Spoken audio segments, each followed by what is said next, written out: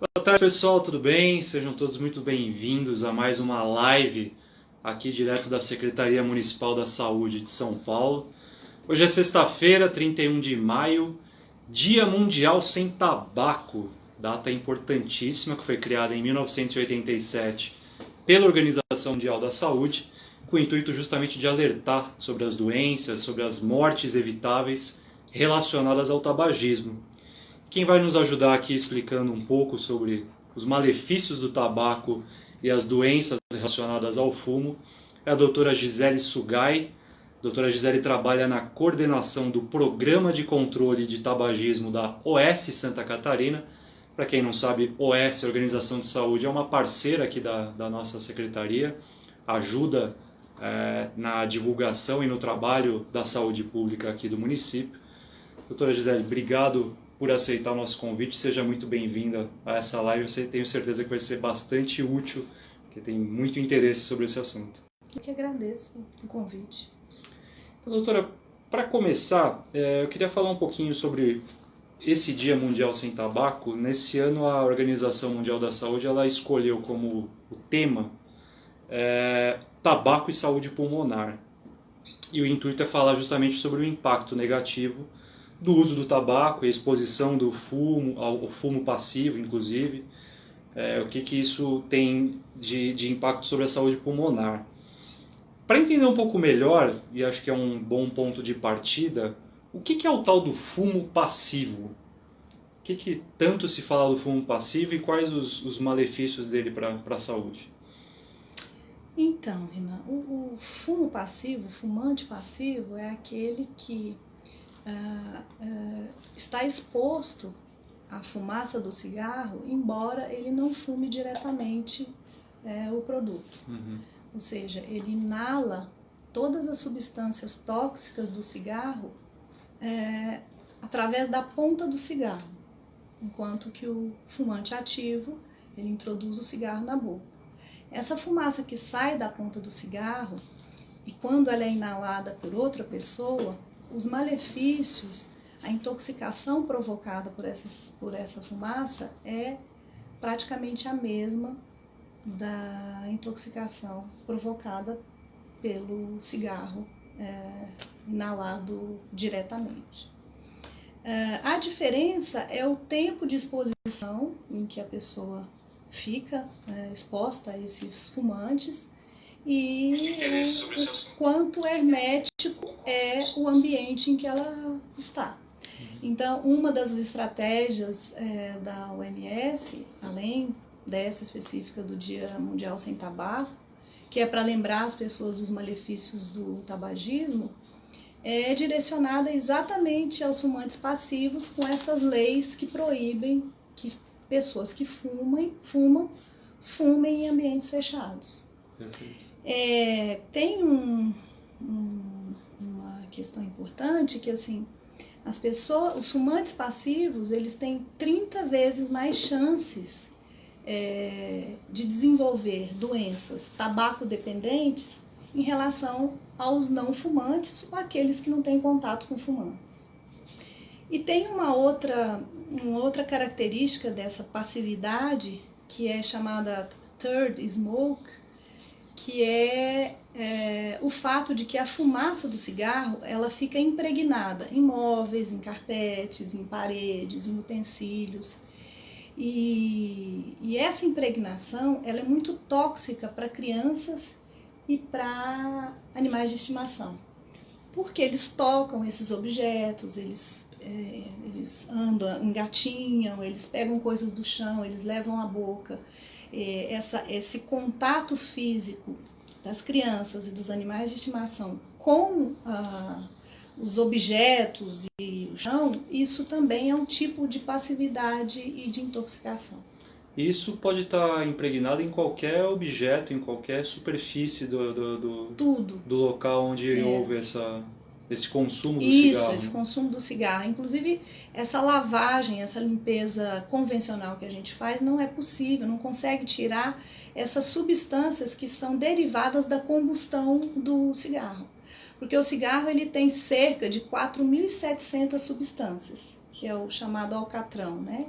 que quando você liga o cigarro, você acende e acontece a combustão, existe uma liberação de 4.700 substâncias, tipo naftalina, que é para matar barata, fósforo, um tipo de fósforo que está em remédio, aquele chumbinho que é para matar rato, formol, que é para conservar cadáver, terebentina, que você usa em thinner, tintas a óleo, e uma série de outras substâncias que são muito tóxicas, e quando elas são incineradas durante o ato de fumar, elas se espalham pelo ambiente e elas grudam, elas impregnam os ambientes em todos os sentidos, madeira, couro, tudo, roupas. Então, interessante isso, porque a gente sempre tem em mente a questão do fumo ativo e do fumo passivo. E você falou, né, dessa terceira via, que é algo que acho que poucas pessoas se dão conta, né? Pensa que de repente uma toalha que está ali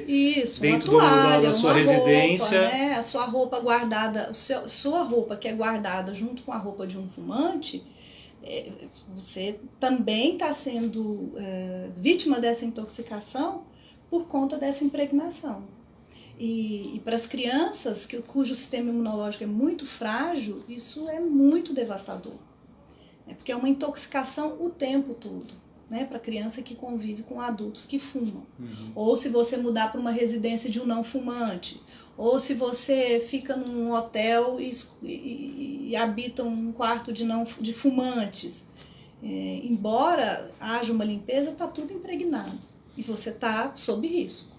Eu acho que você fez agora um comentário interessante sobre as substâncias que são liberadas. Acho que, assim, a gente às vezes até brinca, né? Precisa desenhar. Acho que fica muito claro quando a gente começa a imaginar os tipos de substâncias que a gente coloca para dentro do organismo quando está fumando um cigarro. E você tocou num ponto interessante que é a questão da criança. E aí tem, acho que, muita gente que pensa sempre na gravidez, né? Uhum. As mães fumantes. Que problemas que esse bebê pode vir a ter por conta do vício da mãe, da pessoa que não consegue parar de fumar durante a gravidez? Então, o bebê, ele é um fumante passivo, né? Não, o feto, né? Ele é um fumante passivo. Então, enquanto ele está na barriga da mãe, existem uma série de riscos relacionados à sobrevivência desse bebê na barriga da mãe. Então, as mulheres que fumam, elas têm mais riscos de descolamento de placenta. A placenta é aquele ninho que protege o bebê, que segura o bebê dentro do útero, então essa placenta pode descolar. Tem mais risco de hemorragias uterinas e por isso tem mais risco de partos prematuros. E a prematuridade no bebê, ela impõe muitos riscos de sobrevivência. Isso no bebê dentro da barriga.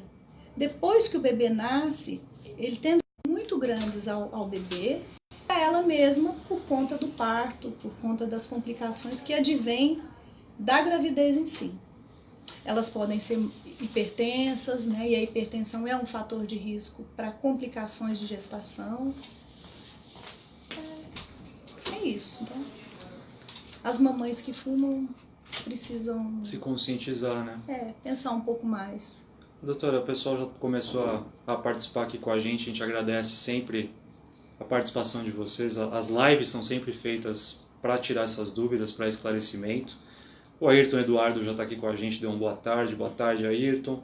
A Tatiana Malman dá uma boa tarde também já com uma pergunta. Doutora, fumar é um mau hábito ou um vício? E por que as pessoas acabam por vincular outros vícios ao ato de fumar? Como, por exemplo, quando dizem que quando bebem precisam fumar ou quando jogam precisam fumar. Então, acho que são duas questões. Primeiro, se fumar é um mau hábito ou um vício. E segundo, essa associação entre as duas coisas. Na verdade, Tatiana, né? Tatiana, isso. Então, Tatiana, fumar é um vício e é um hábito. Mal ou bom são julgamentos, né? Mas fumar é um vício porque quando você fuma, você introduz no seu corpo a nicotina. A nicotina é, na medicina, conhecida como a substância que mais vicia. Mais do que a cocaína, mais do que o crack, mais do que a maconha. Por quê?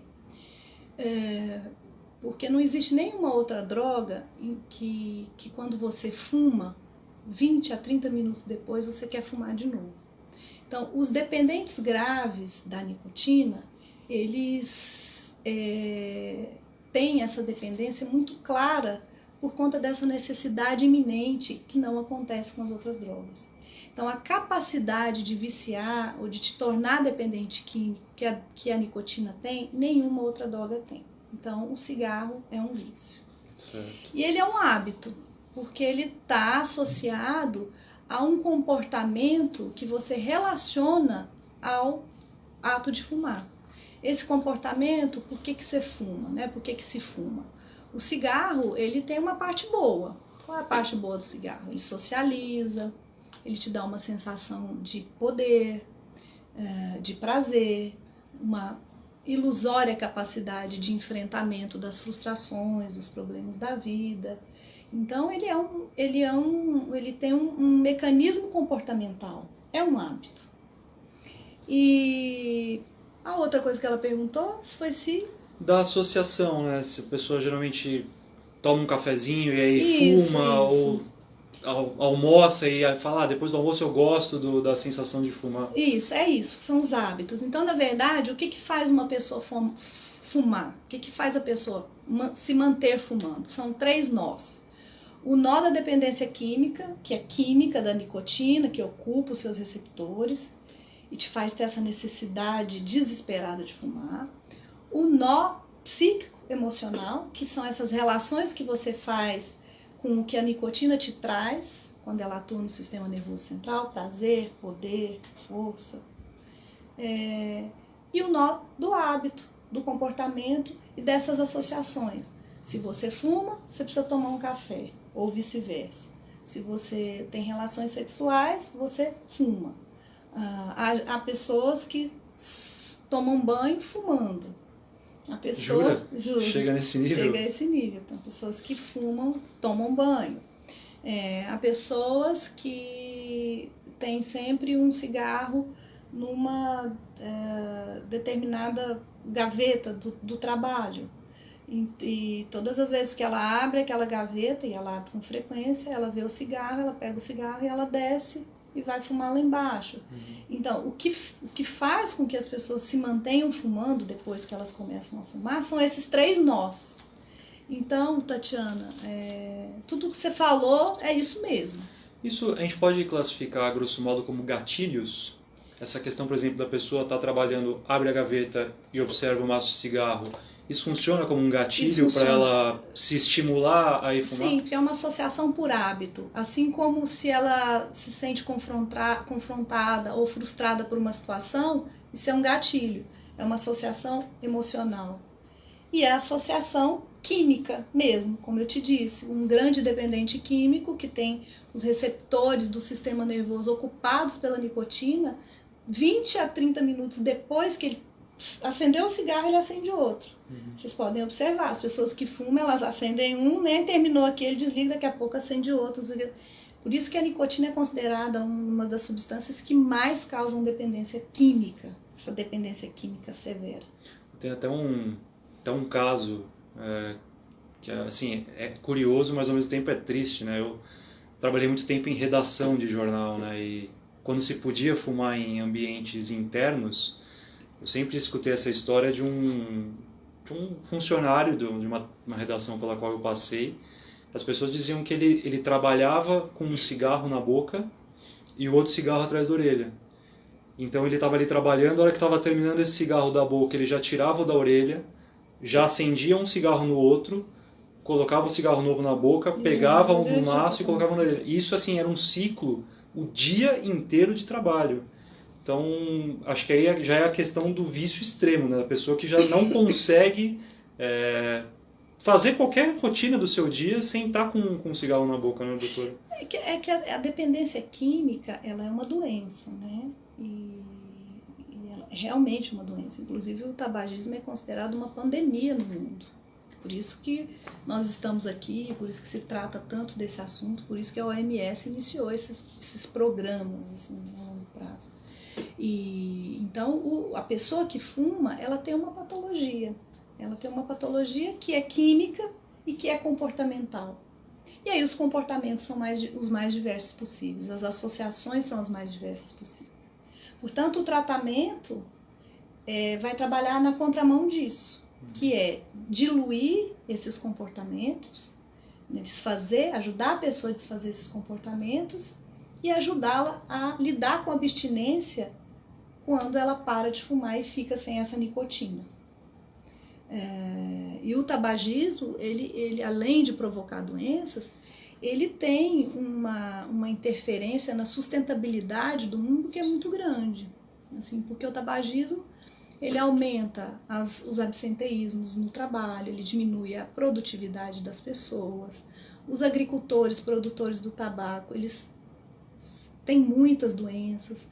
Para se plantar o tabaco, o desmatamento é enorme, né? E os gastos com saúde, com assistência em saúde, que são... Isso para a gente que está aqui tratando de saúde é sempre também algo que... gigantesco. A gente pensou, né, na saúde, na questão, né, das pessoas adoecerem, mas tem também a questão do quanto se gasta para se combater, né, quanto se gasta para se combater, para ajudar, na verdade, as pessoas a deixarem esse vício. Mas a indústria do tabaco faz um trabalho na contramão disso, né? Que é cada vez mais tentar viciar as pessoas na nicotina. Porque a nicotina, de novo, é uma das substâncias que mais vicia, com mais rapidez e com mais potência. Perfeito. Doutora, tem também aqui um comentário da Lilian. Deixa eu só achar aqui que eu perdi. Claro. Aqui, achei. A Lilian Tupan, Lilian Tupan, nossa ex-colega aqui de trabalho, mandou: Oi, doutora, boa tarde. É verdade que os fumantes sentem menos gosto da comida? É verdade, é verdade. Eles sentem... como é o nome dela? Lilian. Lilian. Eles não só sentem menos gosto, como eles sentem menos cheiro. Por quê? Porque essas substâncias que estão contidas no cigarro, elas ocupam os receptores que nós temos na língua. Por que a gente sente gosto? Porque a gente tem tecidos, né, células que nós consideramos receptores, que são capazes de identificar o sabor daquilo que a gente coloca na boca. Quando você fuma, esses receptores ficam ocupados, é como se colocasse uma tampinha neles. Colocou a tampinha nos receptores, então a sua capacidade de diferenciar sabores é muito grande. Então, as pessoas normalmente que fumam, elas normalmente salgam mais a comida ou salgam de menos, elas erram a mão nos temperos e elas não percebem, né? E quando elas provam as comidas, elas não percebem. Da mesma maneira, o cheiro, né? A capacidade de diferenciar cheiros, porque essas substâncias do cigarro também colocam uma tampinha nos receptores do cheiro. Você fica com uma capacidade diminuída para identificar um cheiro do outro. Perfeito. Queria agradecer de novo a participação de vocês. Para quem está entrando agora aqui na live ao vivo da Secretaria da Saúde, a gente está falando sobre tabagismo, já que hoje é celebrado o Dia Mundial Sem Tabaco.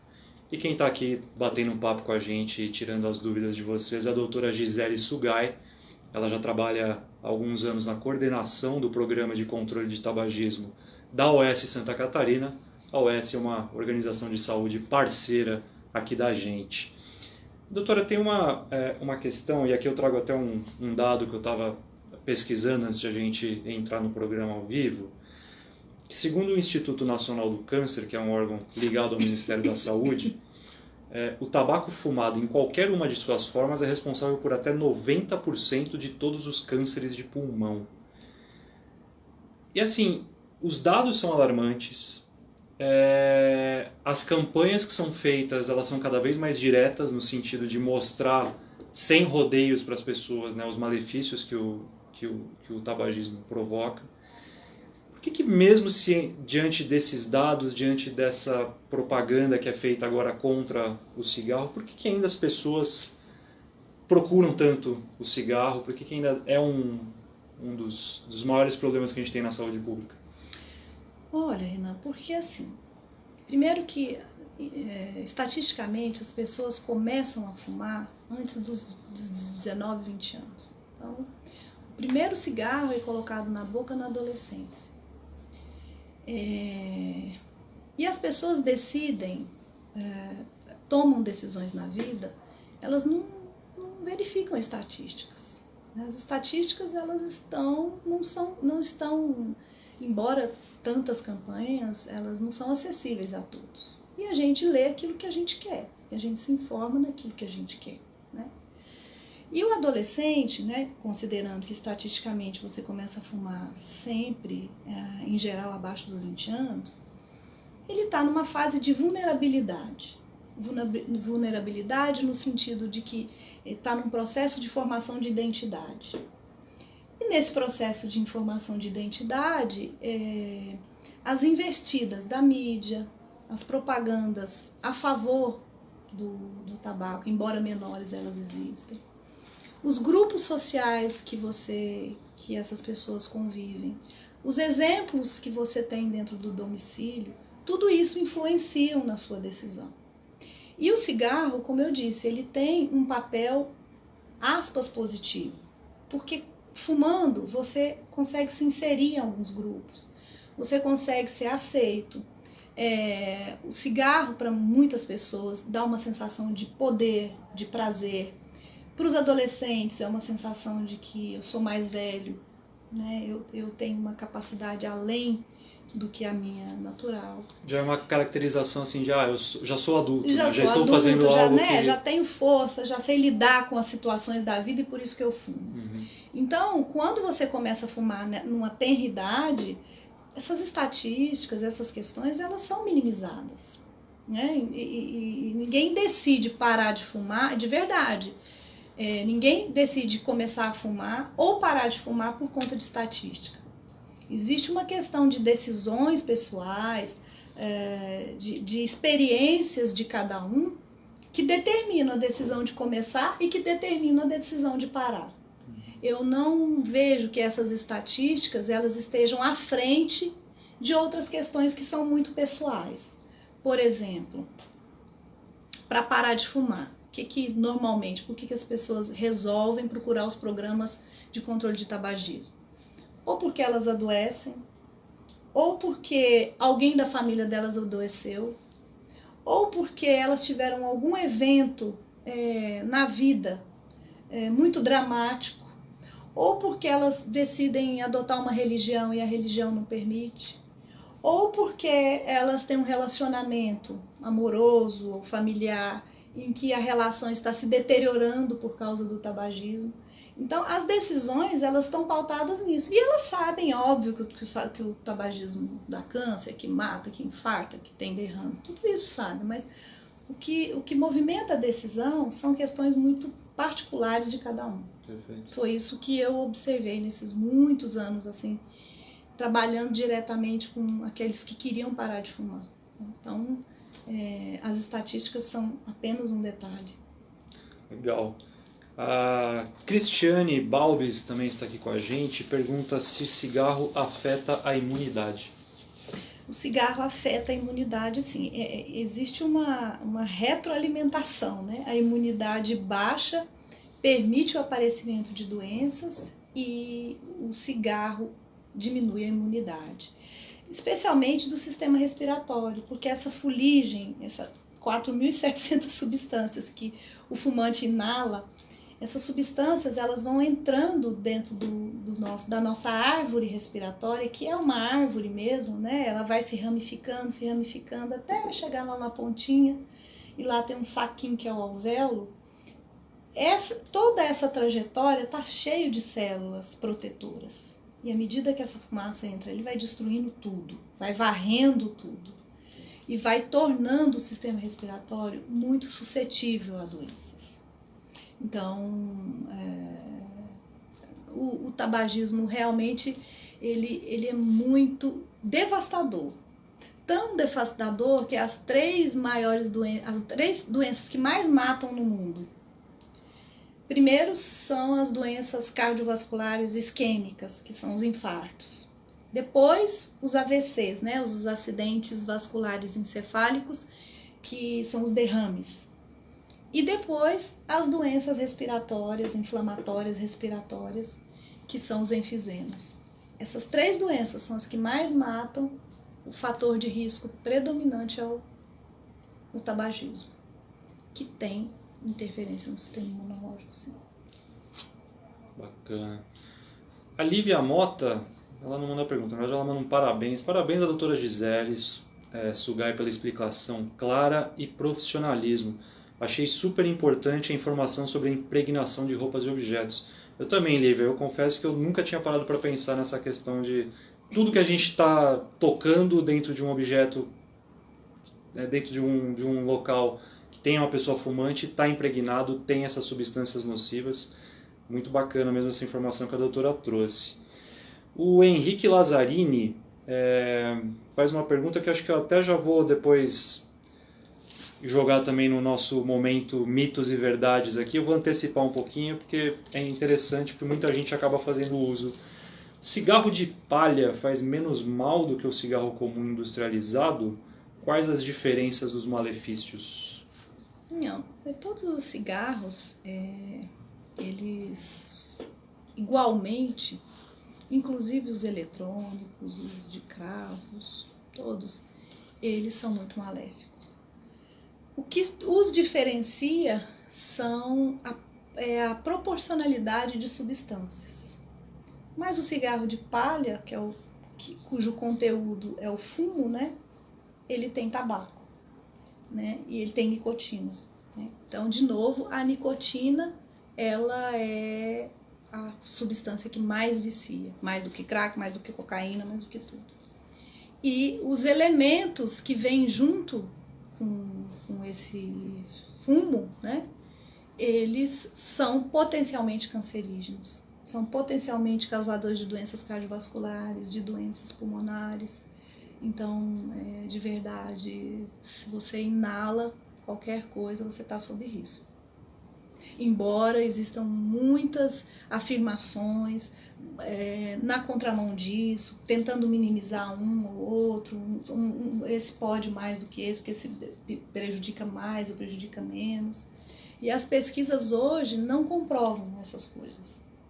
O que se sabe é que, de fato, o ato de fumar, qualquer substância que seja, é fator de risco para doenças que matam. Ou matam rapidamente, ou matam a longo prazo. As que matam a longo prazo são terríveis, que são os enfisemas, né? As pessoas vão perdendo a capacidade de respirar. E respirar é a coisa mais preciosa que a gente tem, né? Se a gente não consegue respirar, absorver o ar que entra, o oxigênio que dá vida, é muito complexo. O enfisema, ele... É muito sofrível. Mata, a pessoa morre sufocada, né? A Lourdes Soares também está dando parabéns para você pelas explicações. A Debbie Mariano está aqui com a gente e ela faz um relato aqui que ela parou de fumar há 4 anos e 8 meses. Mas só consegui depois que fiquei internada por um outro inconveniente de saúde. Mas parei. Que bom, Debbie, que bom que você conseguiu se livrar desse vício. Uma coisa que a gente tenta sempre fazer aqui nas lives é linkar, né, o assunto que a gente está tratando com a saúde pública, com o que o município oferece. Então a gente sempre lembra que o SUS ele tem como porta de entrada as unidades básicas de saúde, e muitas dessas unidades básicas de saúde contam com grupos específicos de apoio, de pessoas que querem parar de fumar e tudo mais.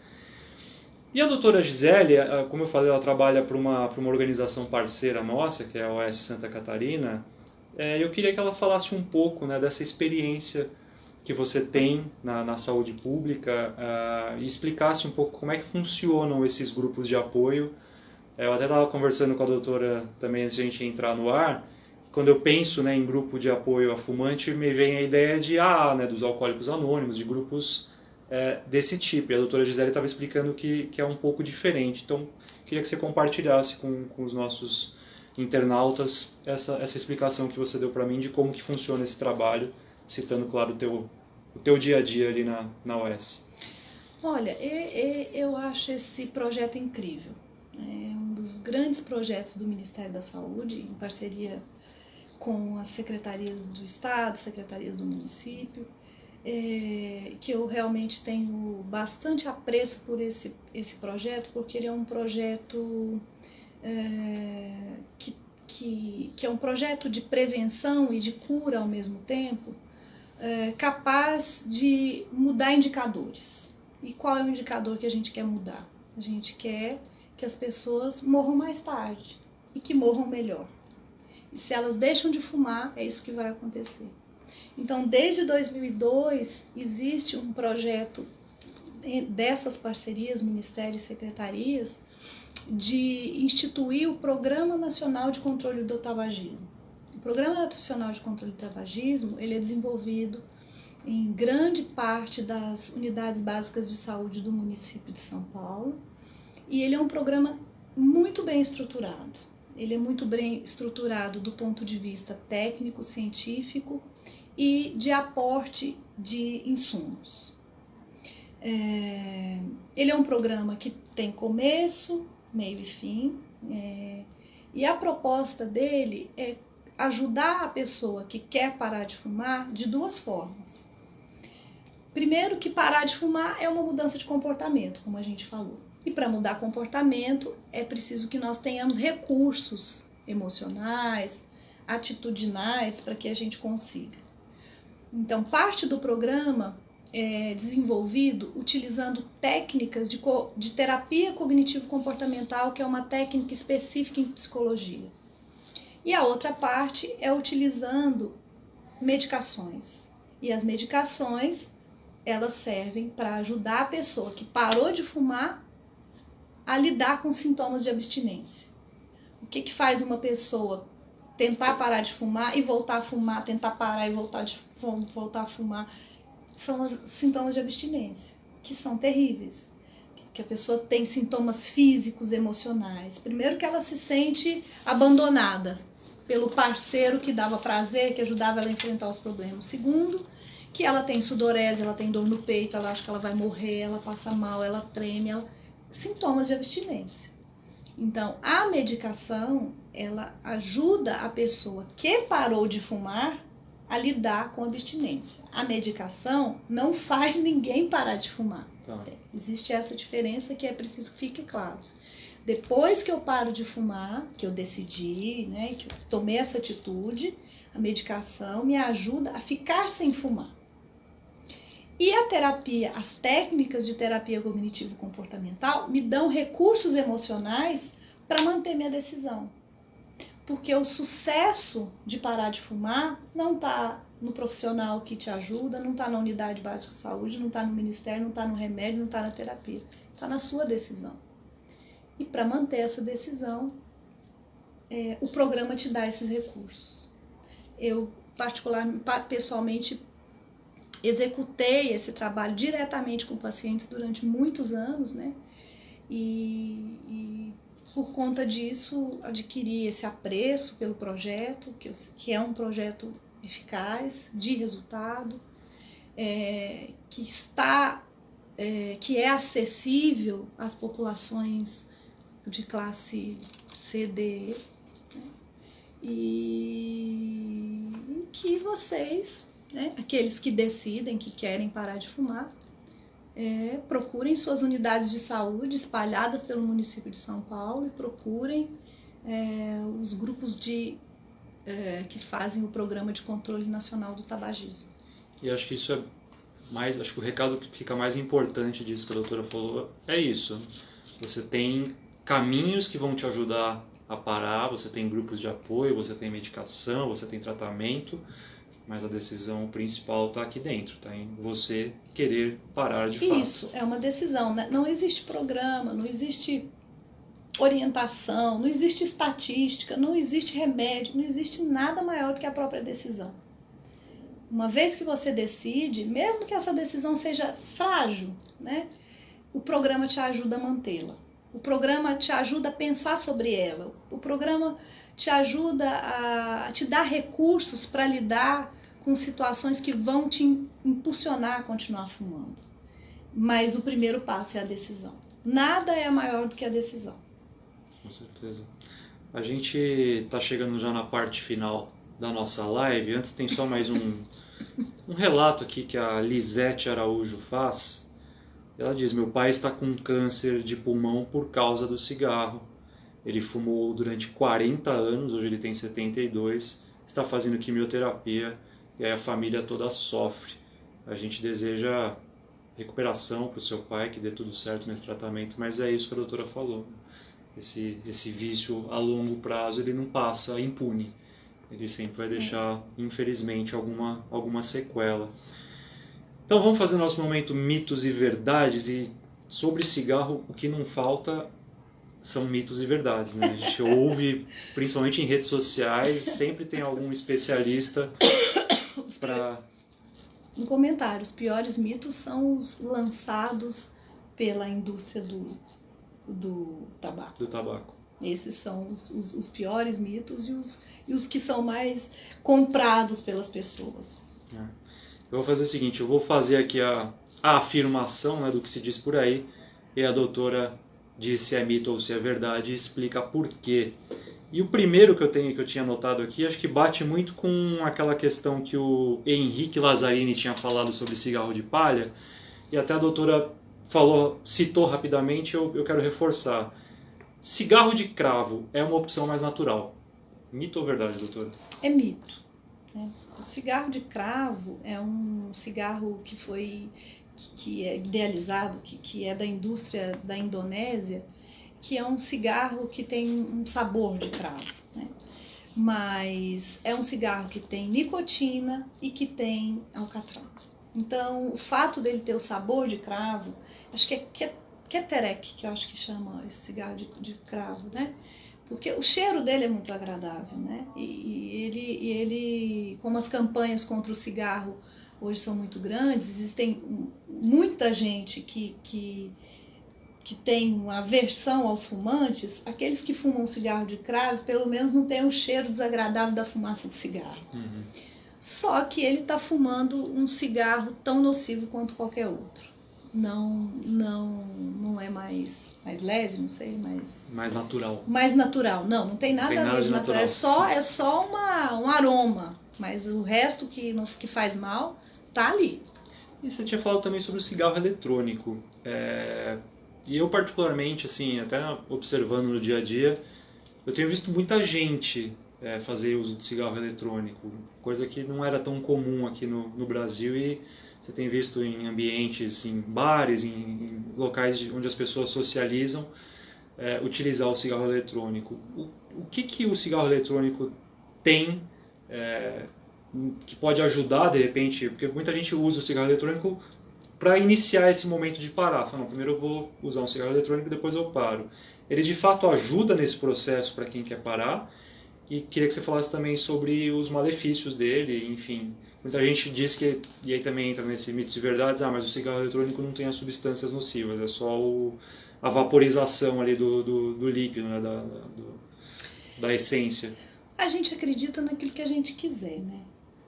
São escolhas, mas o cigarro eletrônico, ele é uma grande estratégia da indústria para, na verdade, manter as pessoas dependentes da nicotina. Ele, em hipótese alguma, e não tem nenhuma pesquisa que comprove isso, existem algumas pesquisas que falam a favor de que ele ajuda, mas o que é o cigarro eletrônico? Ele é um dispositivo que, quando acionado, ele introduz uma droga no seu organismo. Ele é igual ao outro cigarro. O que é o cigarro comum? É um dispositivo que, quando acionado, introduz uma droga no seu organismo. Qual droga? A nicotina. Então, o cigarro eletrônico, ele tem um líquido, naquele líquido tem nicotina.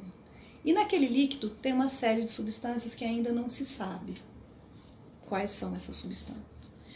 O cigarro eletrônico, ele é proibido no Brasil, atualmente existem várias discussões com a Anvisa sobre sim ou não, e a justificativa dos produtores de cigarro eletrônico é que ele ajuda a parar de fumar.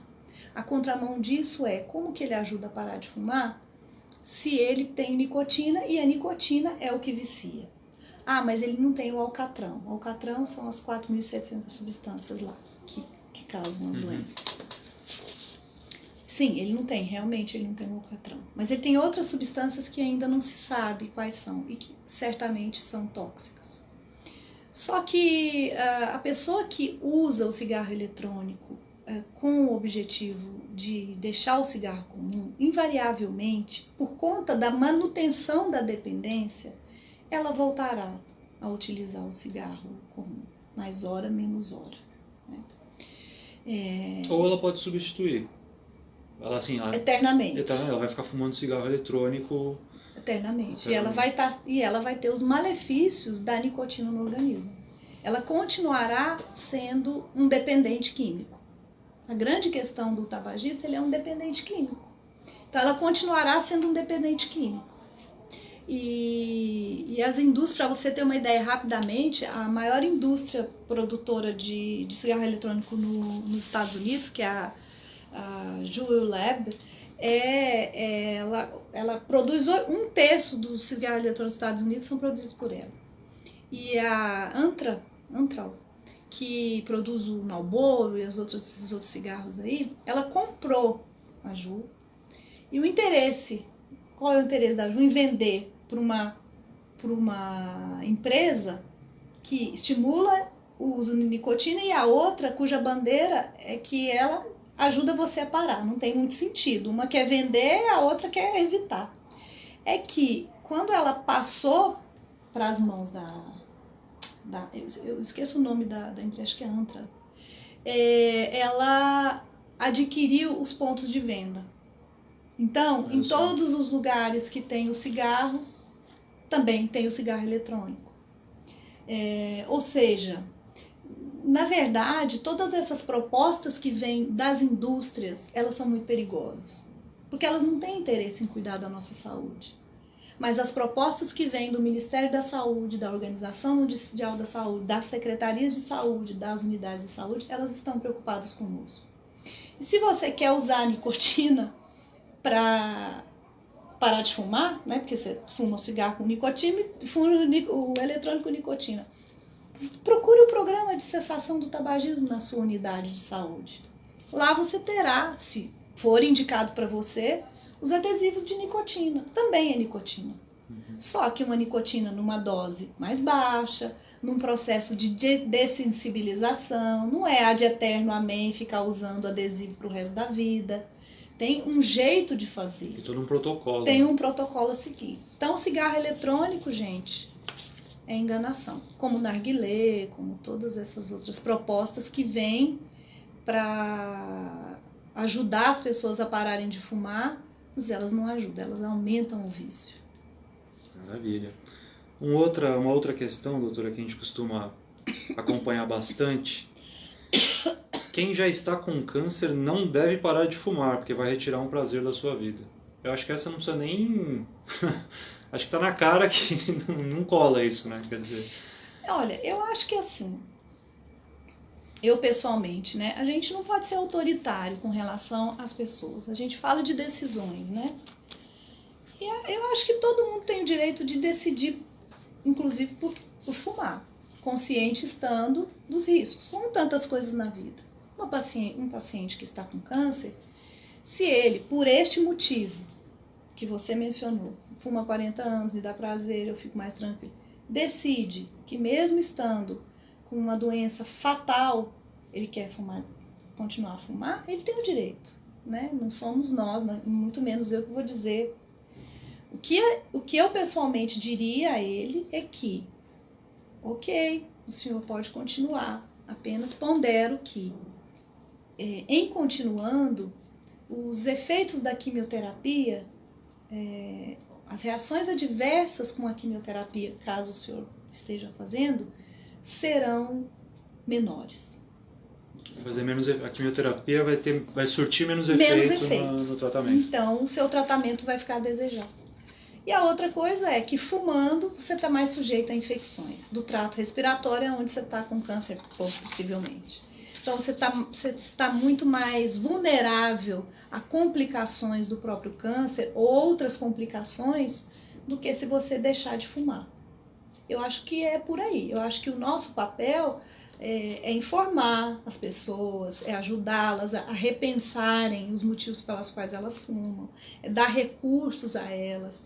Mas não é impor, não é entrar numa esfera que é muito pessoal, que é de decisão e que precisa ser respeitado, né? Nós não somos delegado de polícia, né? Nós não somos juiz de direito, a gente é profissional da saúde, a nossa função é essa, é orientar, é ajudar, é mostrar possibilidades, mas a decisão é das pessoas. Essa é a minha posição. E, doutora, para fechar o nosso último mitos e verdades, beber água ajuda quem quer parar de fumar. Isso é um mito ou é uma verdade? Não é que beber água ajuda a pessoa a parar de fumar. Tipo assim, eu quero parar de fumar, vou começar a beber 5 litros de água por dia. Não é esse o sentido. É que depois que você para de fumar, você tem sintomas de abstinência. Sintomas de abstinência são sintomas físicos e emocionais severos e muitas vezes insuportáveis. O que a água te traz é que quando você te dá aqueles 5 minutos da chamada fissura, beber 1 ou 2 copos de água te ajuda a aguardar um tempo, esperando essa vontade passar ou essa fissura passar, porque ela passa. Ela passa em alguns minutos. Tá. Então, a sugestão é, beba um copo de água, porque a água ela é acessível em qualquer lugar que você esteja, né? E ela é saudável. Então, é isso. A água ajuda você a esperar passar aquela fissura, aquela loucura, aquela vontade quando ela vem. Assim como não só a água, mas a gente chama o kit fissura.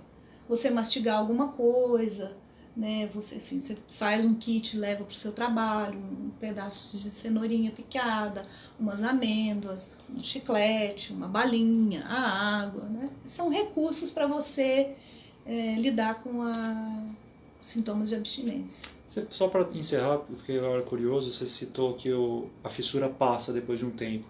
Isso tem um tempo médio ou varia de pessoa para pessoa? Quantos minutos dura essa sensação? 5 minutos. 5 minutos? Uma média dele. Olha só. Que se você tem aquela loucura, né, que você fica enlouquecido, dá um tempo.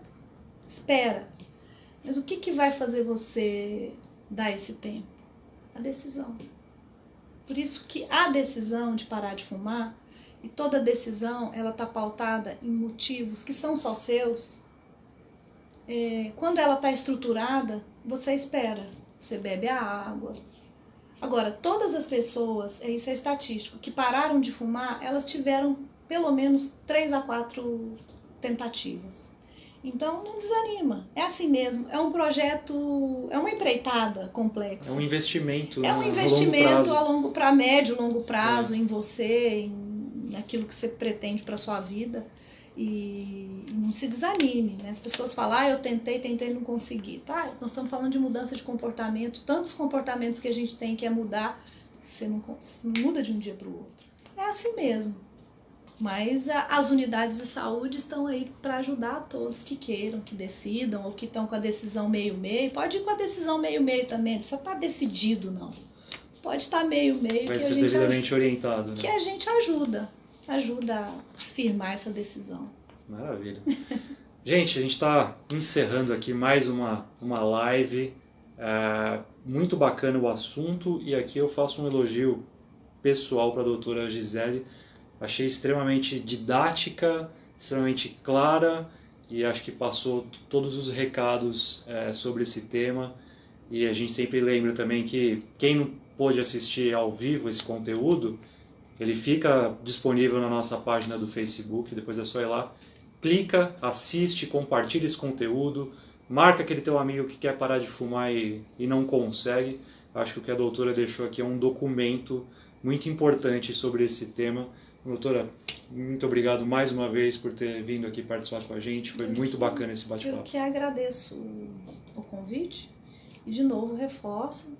As unidades de saúde estão aí para ajudar todos, com o apoio do Ministério da Saúde, num projeto incrível. E cada um que tem interesse, procure no seu bairro a sua unidade de saúde mais próxima, averigue lá sobre o programa, se inscreva e torço sinceramente para que todos aqueles que quiserem tenham sucesso. Legal, obrigado então mais uma vez para todos, um ótimo fim de semana. Lembrando, hoje é Dia Mundial Sem Tabaco, então mesmo se você não conseguiu parar ainda, faz uma forcinha hoje, fuma menos, se conscientiza e investe nisso a médio e longo prazo. Um abraço para todos e até uma próxima.